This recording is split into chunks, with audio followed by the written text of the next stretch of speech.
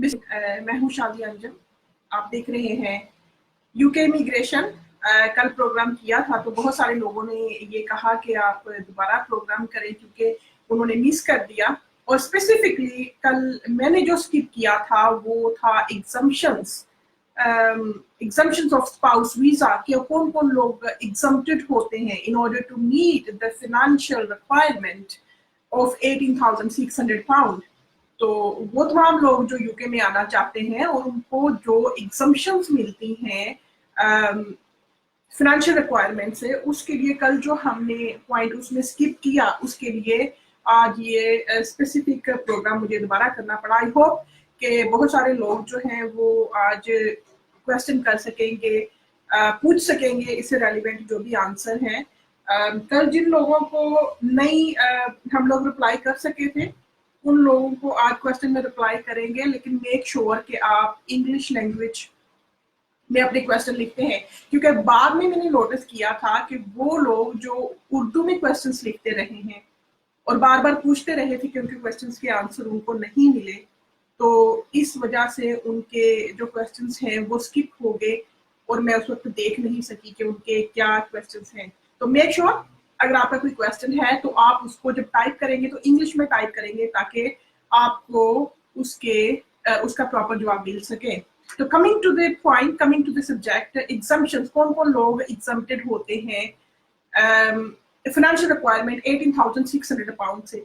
तो सबसे पहले जो एग्जम्प्टेड पर्सन है उसमें आते हैं जो डिसेबल पर्सन हैं यहाँ यूके में, जो स्पाउस है, डिसेबिलिटी अलाउंस ले रहे हैं, डिसेबल है और वो काम नहीं कर सकते, उनकी अर्निंग रिक्वायरमेंट उनकी अर्निंग इतनी नहीं है कि वो £18,600 को प्रूव कर सके। तो क्या होता है कि उनके ह्यूमन राइट्स को कंसीडर करते हुए इमिग्रेशन रूल्स इस तरह के बने हैं कि उनको इस चीज की एग्जम्पशंस मिल जाती है कि उनको £18,600 शो नहीं करने पड़ते अपने स्पाउस का वीजा लेने के लिए, यूके में लाने के लिए। लेकिन ये इतना स्ट्रेट फॉरवर्ड नहीं है। Still, there are some requirements where they will have to meet maintenance requirement. Maintenance means कि जिसमें स्टिल उनको कुछ ना कुछ फंड्स जो हैं वो शो करने होते हैं। 18,600 नहीं शो करना होता, लेकिन कुछ फंड्स उनको शो करने होते हैं कि वो मेंटेनेंस की रिक्वायरमेंट पूरे करते हैं, क्योंकि इमिग्रेशन रूल्स के अंदर जो मेंटेनेंस की रिक्वायरमेंट है वो बहुत इंपॉर्टेंट है। और बहुत सारे लोग इसमें मिस्टेक्स कर जाते हैं कि अगर वो डिसेबिलिटी अलाउंस ले रहे हैं, वो समझते हैं कि हम तो डिसेबिलिटी अलाउंस ले रहे हैं, हो सकता है कि हम कंप्लीटली एग्जम्प्टेड हों। तो कंप्लीटली एग्जम्पशंस बिल्कुल नहीं होती, उसमें फिर भी मेंटेनेंस की रिक्वायरमेंट होती है और वो मेक श्योर करना चाहिए कि वो मेंटेनेंस आप मीट करते हो। अब वो मेंटेनेंस होती कितनी है, क्या थ्रेशोल्ड होता है, ये हम आपसे बात करेंगे, लेकिन पहले हम ये देखते हैं कि हमें ज्वाइन किस किस ने किया है। जी, हमें ज्वाइन किया है राजा महमूद, सैयद तसव्वुर, बिलाल खोखर और हमने ज्वाइन किया मलक मजहर एडवोकेट और Jenny. Hello Jenny, how are you? You okay, Jenny? So I'm just talking about the disability allowance. People are receiving disability allowances and they can't meet the requirement of £18,600 in order to meet the requirement under the immigration law, but still they will have to show the maintenance requirement, whether they are from the DWP allowances or they are from whatever department it is. So they have to meet the maintenance requirement, which means they will have to show £114 per week they are receiving in terms of their disability allowance. So they will have to show that they are receiving disability allowances in terms of meeting the maintenance requirement. अगर उनका disability allowance जो है वो उस threshold से कम है तो वो कंसीडर नहीं होगा। मैं आपको एक एग्जांपल देती हूँ कि एक एप्लीकेशन था जो मैंने किया था और उसमें जो ऑब्जेक्शन रेज हुआ था वो ये था कि इन terms of meeting the requirement उनके पास इनफ DWP से उनको जो अलाउंस है वो नहीं मिल रहे थे। उसके बाद ज़ाहिर फिर लेटर्स लिखे गए DWP डिपार्टमेंट को और उनसे बोला गया कि कितनी इंटाइटलमेंट बनती है, और उस हिसाब से जब उन्होंने प्रॉपर उनको मेंटेनेंस अलाउंसेस देने शुरू कर दिए तो उसकी बेसिस पे फिर वो एप्लीकेशन सक्सेसफुल हो गया। तो इसलिए मेक श्योर कि आपका कंप्लीट एग्जम्पशंस नहीं है, आपको फिर भी मेंटेनेंस की रिक्वायरमेंट शो करनी होती है, और उसकी मेंटेनेंस रिक्वायरमेंट के लिए आपको स्पेसिफाइड डॉक्यूमेंट्स भी लगाने पड़ते हैं। सिंपली आपका बेनिफिट ले लेना, सिंपली आपका अलाउंसेस ले लेना काफी नहीं होता, लेकिन आपको उसके डॉक्यूमेंट्स लगाने पड़ते हैं। डॉक्यूमेंट्स अब इसमें से कौन कौन से आप लगाते हैं, आप उसमें से लगाते हैं अपनी बैंक स्टेटमेंट जिसमें आपके बेनिफिट्स जा रहे हैं, आप उसमें लगाते हैं अपने DWP का letter confirming how much you are receiving every week, how much you are receiving every month, in order to show that you are receiving adequate maintenance from the government. तो आप गवर्नमेंट से जो maintenance ले रहे हैं वो आप proof करते हैं अपने बैंक स्टेटमेंट से, उनके लेटर से, और उसकी कैलकुलेशन बहुत इंपॉर्टेंट है। आप उसकी कैलकुलेशन या तो आपको कैलकुलेशन खुद कर ले उसको कि आपके 114 पाउंड जो है वो पूरे हो रहे हैं वीक के। अगर आप वो कैलकुलेशन नहीं मीट कर रहे हैं तो आप अपने डॉक्टर्स को दोबारा मिले, उनसे आप अपनी असेसमेंट करवाएं, आप DWP डिपार्टमेंट को लिखें कि आपकी इंटाइटलमेंट क्या है। जो आपकी इंटाइटलमेंट हो वो आपको फंड्स मिलने चाहिए और फिर ही आपका एप्लीकेशन सक्सेसफुल हो सकता है। अगर किसी वजह से आपको मेंटेनेंस नहीं मिल रहा जो कि इस थ्रेशोल्ड से रिक्वायरमेंट है, तो विच मीन्स कि आपका एप्लीकेशन सक्सेसफुल नहीं होगा, फिर आपको 18,600 पाउंड 18,600 पाउंड आपको रिक्वायरमेंट पूरी करनी पड़ेगी। I'm sure कि आपको क्लियर हो गया है कि वो लोग जो एक स्पेसिफिक थ्रेशोल्ड से तहत डिसेबिलिटी अलाउंसेस ले रहे हैं उनका एप्लीकेशन सक्सेसफुल होता है, लेकिन आपको मेक श्योर करना है कि आपने डॉक्यूमेंट्स प्रॉपर तरीके से लगाए। वो लोग जिनके मेंटेनेंस जिनके अलाउंसेस जो है वो एक थ्रेशोल्ड से कम है, वो उनका एप्लीकेशन सक्सेसफुल नहीं हो सकता। उनको या तो दोबारा डिपार्टमेंट्स को गवर्नमेंट को लिखना होता है कि आप हमारे जो अलाउंसेस हैं वो जो हमारी इंटाइटलमेंट है उस हिसाब से दें, या अगर उस हिसाब से आपकी इंटाइटलमेंट नहीं बनती तो फिर आप अपनी कंसिडरेशन करेंगे कि आपने एप्लीकेशन डालने से पहले 18,600 की इनकम पूरी करनी है, चाहे वो आप एम्प्लॉयमेंट से करें, चाहे वो आप सेल्फ एम्प्लॉयमेंट से करें, चाहे वो आप कैश सेविंग से करें, या फिर आप रेंटल इनकम से करें। तो वो बर्डन आप पे होता है कि आप उसमें कैसे क्वालिफाई करते हैं। अब डिफरेंस ये है कि आपने उसमें ये देखना है कि आपके अलाउंसेस एग्जम्पशंस की कैटेगरी में आते हैं या नहीं आते हैं। Assessment is everything, assessment is important. Assessment के बगैर अगर आप सिर्फ खुद को ही इंटाइटलमेंट समझ लेंगे देन आपका एप्लीकेशन सक्सेसफुल नहीं होगा। तो ये तो हो गया फर्स्ट पॉइंट जो मैं एग्जम्पशंस के बारे में कहना चाह रही थी, और उसमें से एग्जम्पशंस किनके होते हैं जो डिसेबिलिटी अलाउंस ले रहे हैं।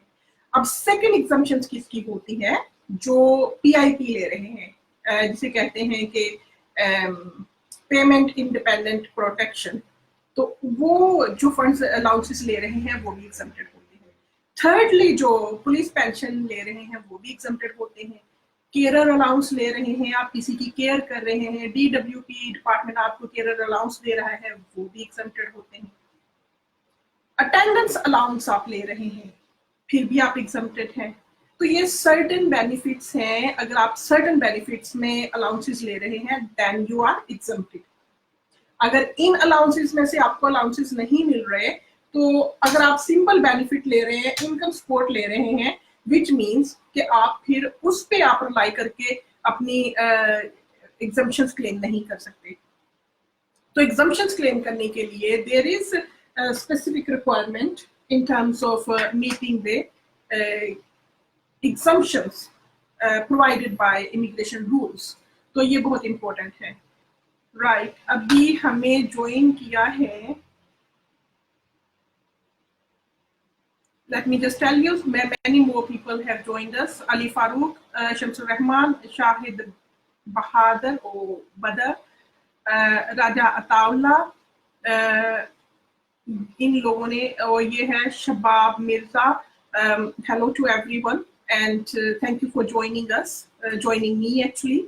And if you have any question in relation to immigration, not only just for spouse visa, if you have any questions in terms of UK immigrations, whether it is business visa, it is family immigration, it is visit visa, or adult dependence visa, parents visa, children visa, किसी भी किस्म का आपका कोई question है, आप live जो मैं इमिग्रेशन शो करती हूँ यहाँ पर फेसबुक पे, तो आप लाइव उसमें क्वेश्चंस कर सकते हैं, आप लाइव क्वेश्चंस टाइप कर सकते हैं, आपके यहाँ पर मैं आपके क्वेश्चंस के आंसर दूंगी।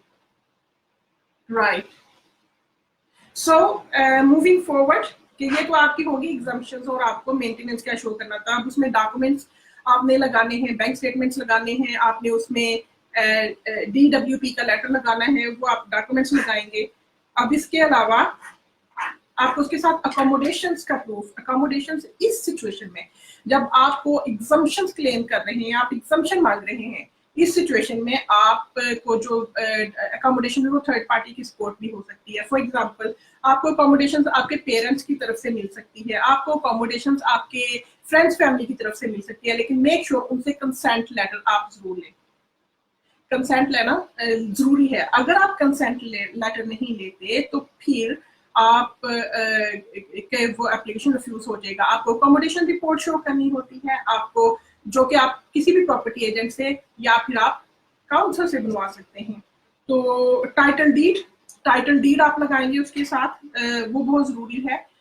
3 किस्म के डॉक्यूमेंट्स आप लगाएंगे उसमें। पहला टाइटल डीड, आपके जो है accommodation report, consent letter, 3 documents आप अकोमोडेशन रिक्वायरमेंट को पूरे करने के लिए लगाएंगे। इसके बाद अब हमने कवर कर लिया एग्जम्पशंस, हमने कवर कर ली मेंटेनेंस, हमने कवर कर लिया उसके साथ ही आपकी अकोमोडेशंस, और अकोमोडेशंस के साथ डॉक्यूमेंट्स कौन से लगेंगे। 3 किस्म के डॉक्यूमेंट्स आपके लगते हैं, लेकिन मेक श्योर कि आपके जो अकोमोडेशन है वो ओवर क्राउडेड ना हो। अगर आपकी अकोमोडेशन ओवर क्राउडेड होती है देन आपको आपके स्पाउस को वीजा नहीं ग्रांट किया जाएगा। तो इसलिए उस जो आप अकोमोडेशन रिपोर्ट लेंगे उसमें ये मेक श्योर होना चाहिए कि वो ओवर क्राउडेड नहीं है। अगर आपकी प्रॉपर्टी ओवर क्राउडेड कंसीडर की जाती है देन आपको वीजा नहीं मिलेगा। फिर आपको एक और कोई सूटेबल अकोमोडेशन ढूंढनी पड़ेगी, एक और सूटेबल डॉक्यूमेंट्स आपको लेने पड़ेंगे, अकोमोडेशन रिपोर्ट नहीं लेनी पड़ेगी। मुझे पता है बहुत सारे लोग ऐसे हैं जिनके ओवर क्राउडेड होता है या पुअर कंडीशंस होती हैं प्रॉपर्टी की, जिसकी वजह से उनको नई प्रॉपर्टी लेनी पड़ती है और उसके बाद रिपोर्ट्स भी नई तैयार करवानी पड़ती है।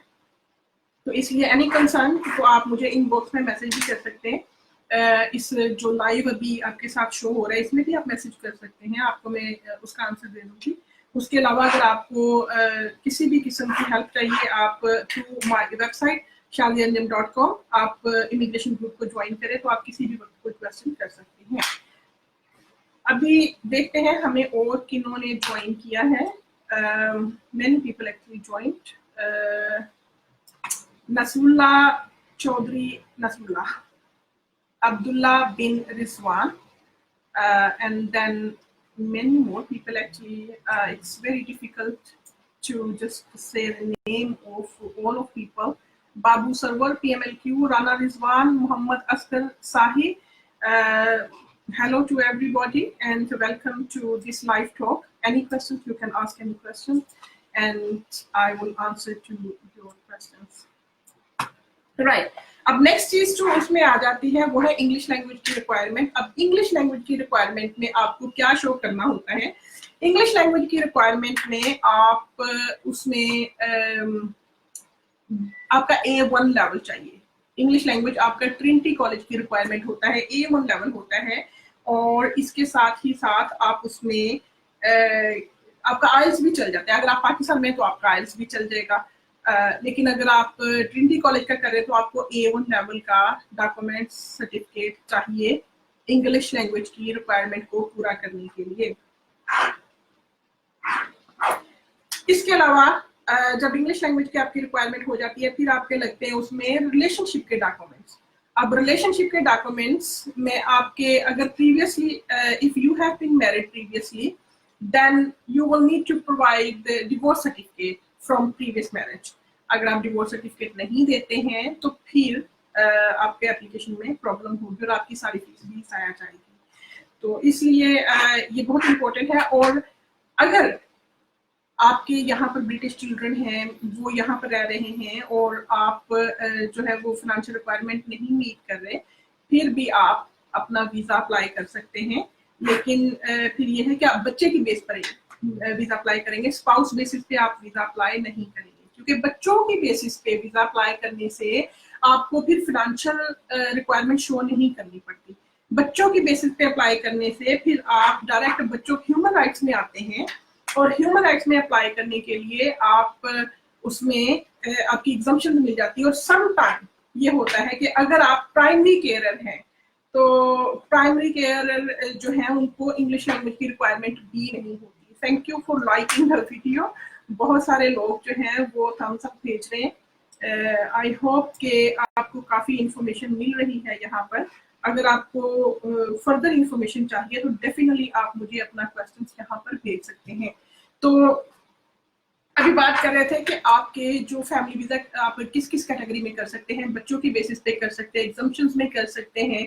अगर आप यहाँ पर विजिट पे आना चाह रहे हैं और अपने पेरेंट्स को विजिट करना चाह रहे हैं, या अगर आप स्टडीज के लिए आ रहे हैं, या आप चाइल्ड स्टडी के लिए आ रहे हैं। फॉर एग्जांपल कुछ पेरेंट्स जो हैं वो यूके में बच्चों को भेजते हैं स्टडी करने के लिए, जो बोर्डिंग स्कूल्स हैं वहाँ पर भेजते हैं। और जो बोर्डिंग स्कूल में भेजने के लिए उनकी एक रिक्वायरमेंट होती है कि वो बच्चों को यहाँ पे एजुकेशन दिलाना चाह रहे हैं, वो चाइल्ड स्टूडेंट की कैटेगरी में आ जाते हैं। और उसकी बेसिस पे फिर उनके जो पेरेंट्स हैं उनको भी जो है वो सर्टेन लिमिट तक उनको भी वीज़ा मिल जाता है। वो या तो यहाँ पर आकर उनके साथ विजिट कर सकते हैं, उनके साथ रह सकते हैं। तो पेरेंट्स चाइल्ड की बेसिस पे भी आ सकते हैं। तो ये इंफॉर्मेशन थी नाज़रीन जो मैंने मुनासिब समझा कि आप लोगों से डिस्कस करूं। और जो कल रह गई थी इंफॉर्मेशन वो आज हम आपसे लाइव बात की है।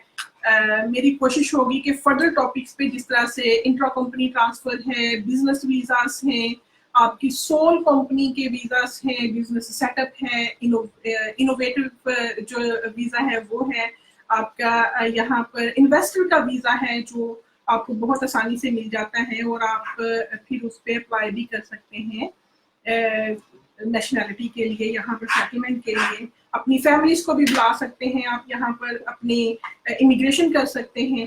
तो उसके लिए भी कोई भी इंफॉर्मेशन आपको चाहिए हो तो आप इनबॉक्स मैसेज कर सकते हैं, ऑफ द लाइन भी आप मुझे मैसेज सेंड करें तो मैं आप लोगों का रिप्लाई करूँगी।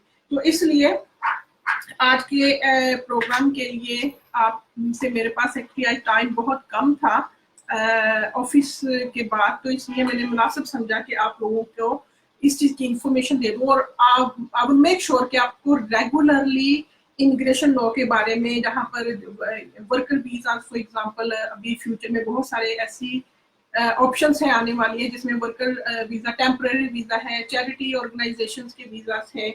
तो इस तरह के तमाम वीज़ास हैं जिस पे मैं कोशिश करूँगी वन बाय वन आप लोगों को इन्फॉर्मेशन देती रहूँ और आप लोगों के साथ डिस्कस करती रहूँ, क्योंकि इमिग्रेशन बहुत इंपॉर्टेंट है किसी भी कंट्री के लिए, किसी भी यूथ के लिए, फैमिलीज के लिए। इमिग्रेशन बहुत इंपॉर्टेंट है। अगर उसको राइट तरीके से किया जाए और राइट टाइम पे किया जाए, राइट डॉक्यूमेंट्स के साथ किया जाए, तो इस चीज़ की फिर गारंटी होती है कि आप इधर आराम से आ सकते हैं। लेकिन अगर आपने अपने डॉक्यूमेंट्स ही प्रॉपर नहीं लगाए हैं, उसमें आपने बस फॉर ग्रांटेड उस चीज़ को ले लिया कि बस ठीक है आपका ये राइट बन गया है, जो आपका ऑटोमेटिक राइट नहीं होता। आपको सेटिस्फाई करना पड़ता है, आपको बताना पड़ता है एंटी क्लियरेंस ऑफिसर को कि आप इमिग्रेशन रूल्स को, उनके अपेंडिसेस को, उनकी गाइडेंस को फॉलो करते हैं, वो फुलफिल करते हैं, उसकी स्पेसिफाइड एविडेंस आपने लगाई है। तो जब आप लॉजिकली अपना डॉक्यूमेंट्स लगाते हैं, लॉजिकली अपनी एप्लीकेशन करते हैं, देन इस चीज़ के चांसेस ज़्यादा हो जाते हैं कि आपकी एप्लीकेशन सक्सेसफुल हो जाए। और अगर आपकी एप्लीकेशन का रिफ्यूजल खुदा ना खास्ता हो गया तो फिर इस चीज़ के चांसेस होते हैं कि आपकी अपील सक्सेसफुल हो जाए। और अगर आपको राइट ऑफ अपील नहीं मिला तो फिर भी आपको परेशान होने की जरूरत नहीं है, फिर आपको जुडिशियल रिव्यू की आपके पास ऑप्शंस फिर भी मौजूद होती है। अगर लेकिन बशर्ते ये कि उसकी असेसमेंट होती है कि आपका मेरिट कितना है। अगर एंटी क्लियरेंस ऑफिसर ने अनलॉफुली या आपके इंटरेस्ट में नहीं है, अनलॉफुली है, अपनी पावर से ओवर रिएक्ट किया है और आपको कोई गलत डिसीजन दिया है, तो उस डिसीजन को आप जुडिशियल रिव्यू के जरिए से भी चैलेंज कर सकते हैं। जो कि यहाँ पर अपर ट्रिब्यूनल में जाता है और आपको फिर अगर आपका जुडिशियल रिव्यू सक्सेसफुल हो जाता है तो आपको वीजा मिल जाता है। तो इसलिए नेवर गेट डिसअपॉइंटेड। अगर आपका एप्लीकेशन है, फिर आपके पास अपील के चांसेस हैं, फिर आपके पास जुडिशियल रिव्यू के चांसेस हैं, तो फिर आप उसमें आगे जाते हैं, उसमें सक्सेस लेते हैं। लेकिन मेक श्योर कि आपके जो डॉक्यूमेंट्स हैं, आपके ग्राउंड्स हैं, आपकी बेसिस हैं, वो स्ट्रॉन्ग हैं। क्योंकि जब तक आप वैलिड डॉक्यूमेंट्स नहीं लगाएंगे तब तक इट्स इम्पॉसिबल कि आपकी अपील सक्सेसफुल हो या आपका एप्लीकेशन सक्सेसफुल हो। तो आप सब लोगों का जिन्होंने आज ज्वाइन किया है, thank you so much. I know you have been very busy throughout the day. I have been very busy as well. So आज के दिन के लिए इतना ही काफ़ी। इंशाल्लाह फिर लाइव प्रोग्राम में सेकंड टॉपिक के साथ आप लोगों के साथ फिर मुलाकात होगी। Keep watching this live show. You will get the useful information. If you are really interested to come to the UK, then this show is for those people who really want to come to the UK. So in future बहुत जल्दी immigration group launch करने वाली हूँ इंशाल्लाह। तो फिर आप लोग उस जब इमिग्रेशन ग्रुप के मेंबर बनेंगे फिर आपको बहुत सारी फैसिलिटीज भी मिलेगी। फॉर एग्जांपल बहुत सारे फॉर्म्स, गाइडेंस, एडवाइस जो आपको ज़रूरत होगी वो आपको वन प्लेटफॉर्म पे मिल जाएंगे और आपको हेयर एंड देयर कंफ्यूज होने की या इधर उधर जाने की फिर ज़रूरत नहीं पड़ेगी। तो जल्द ही मैं आप लोगों को बताऊंगी। आप फिर अगर चाहें तो फिर उसके मेंबर भी बन सकते हैं। तो बैरिस्टर शादिया को इजाज़त दीजिएगा। अल्लाह हाफिज़।